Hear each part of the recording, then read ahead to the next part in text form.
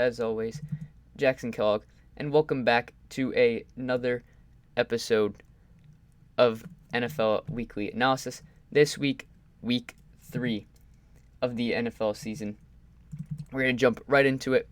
So last week, we had our power rankings for week 2. This is what it looked like. Had the 49ers with the biggest jump. We've got some changes going into this week, as the Chiefs lost to the Ravens on Sunday Night Football. Forgot about that for a second. So dropped them down a spot, moved the Rams up. Rams move up not more so less because they won, just more of a because the Chiefs lost kind of decided to move them. I'm sure that'll change soon enough once the Rams catch a loss, as long as the Chiefs don't really lose that much again. Bills and 49ers stay at 4-5. Baltimore comes back in after beating the Chiefs. They're beating the defending AFC champs. Got to move them back up into the top 10, despite their loss to the Raiders last week. Now, a little controversial. I've got the Raiders at number 8 below the Ravens. That's just because I think the Ravens are a better team than the Raiders. They just couldn't. They got outplayed in that game that they had in week 1. I got the Packers moving down a spot from 6 to 7. They did beat the Lions. It was close at the first half, but they were able to blow them out at the end of the second half. Cardinals move up into the top 10 after 2 wins over the past 2 weeks. They beat the Vikings last week off of a missed chip shot field goal by the Vikings. And I've got the Patriots.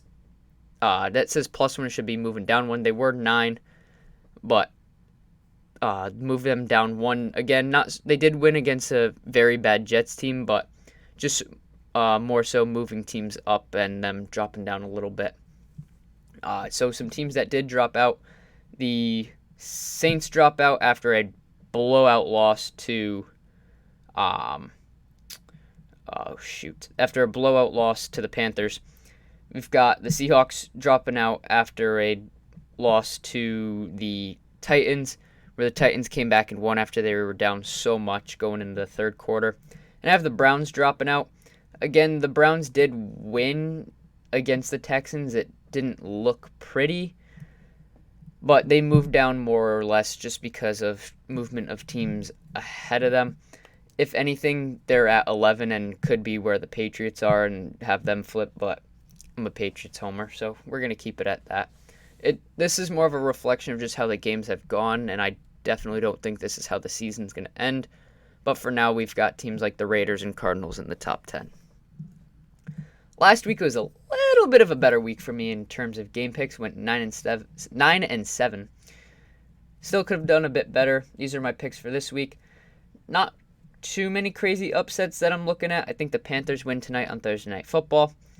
Then looking at the AFC matchups, I've got all the home teams winning there between Chiefs at home against the Chargers, Steelers against the Bengals, Titans against Colts, Broncos against the Jets, and Raiders against the Dolphins. I've got going into the AFC and NFC matchups, separate conferences. I've got the Bills taking the win against Washington, Browns taking a win against the Bears. It'll be Justin Fields' first game.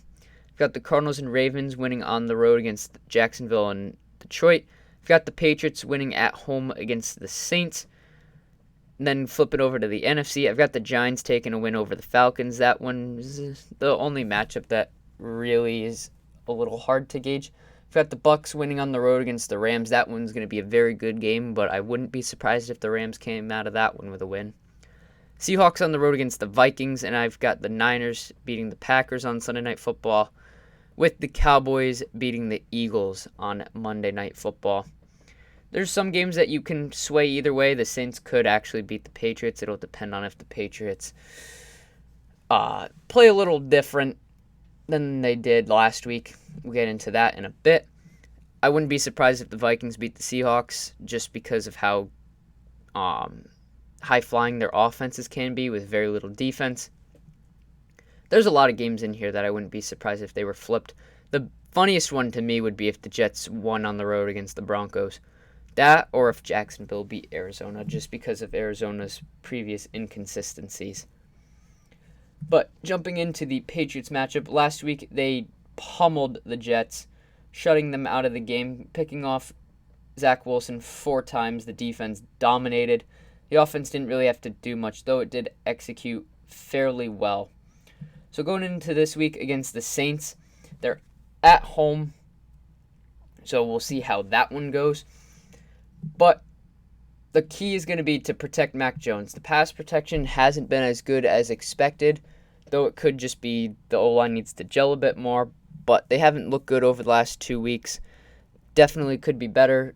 There was an issue. Trent Brown was injured last week, so he didn't play. They were rotating 2 different guys at the right tackle spot, so that could have been a problem. But the pass protection needs to get up a bit more. They got to keep Mac Jones from getting hit and allow him time in the pocket. Number 2 is getting the tight ends involved. You signed 2 tight ends to $12 million a year contracts this offseason, and you're not utilizing them very much. I get it, Jonnu Smith was injured, but at the same time, they're still not getting the target share or the usage or snap counts that they should be for how much they paid him. This team is meant to revolve around the run game and tight ends, except they haven't really used it that much. Trying to get him involved should be a go-to with this offense going forward. And then the big thing on the defensive side is get pressure on Jameis Winston. This is a very good offensive line they're going against. So if they can get pressure on Jameis Winston and force him to throw up those deep balls, get him to throw those 50-50s, get J.C. Jackson and Jonathan Jones over there to intercept them, as this secondary put on a show against the Jets, and I think they could do the same against Jameis Winston and the Saints, as Jameis Winston isn't working with the greatest receiving core. Michael Thomas is still out, so his top receivers are Traquan Smith, Marquez Callaway, Lil Jordan Pumphrey, just a random bunch. Marquez Callaway hasn't done as good as I thought he would have going into this season. That could change. It gets tough for the Saints because of how much they've got with Michael Thomas off of the field. Opposing defenses don't have to worry too much about double teams and scheming to stop him. They can focus on stopping Kamara and then letting the secondary work from there, which is what I think the Patriots will do defensively.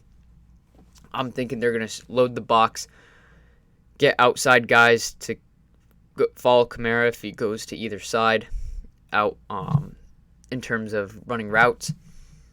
Load the box, force them to throw the ball, and try and pick off Jameis Winston. The key is going to be keeping a safety back deep, though, because if you're going to bait Winston to beat you down the field, you got to have somebody back there just in case they do throw over the top. And if they don't do that, then Jameis Winston will beat him in one-on-one coverage, whoever's getting the ball down there. And then offensively, they just got to run the ball against this team. The secondary looks really good, and if they can run the ball, chew down the clock, just control the ball, that's all they really got to do. I think that's going to be the key for the Patriots offense this whole season. Run the ball, don't turn it over. That's really why they lost in the first week, is because they turned the ball over when they shouldn't have. So as long as the turnovers limit, this offense will do fine, as it's been efficient otherwise. People have been critiquing Mac Jones for not throwing the ball down the field. I don't really care too much about that. He hasn't thrown an interception yet. Just keeping control of the offense, trying to limit those turnover plays, moving down the field. The red zone offense needs to fix itself. That has not done well. They've been kicking way too many field goals from inside the red zone, so that's something they definitely need to fix.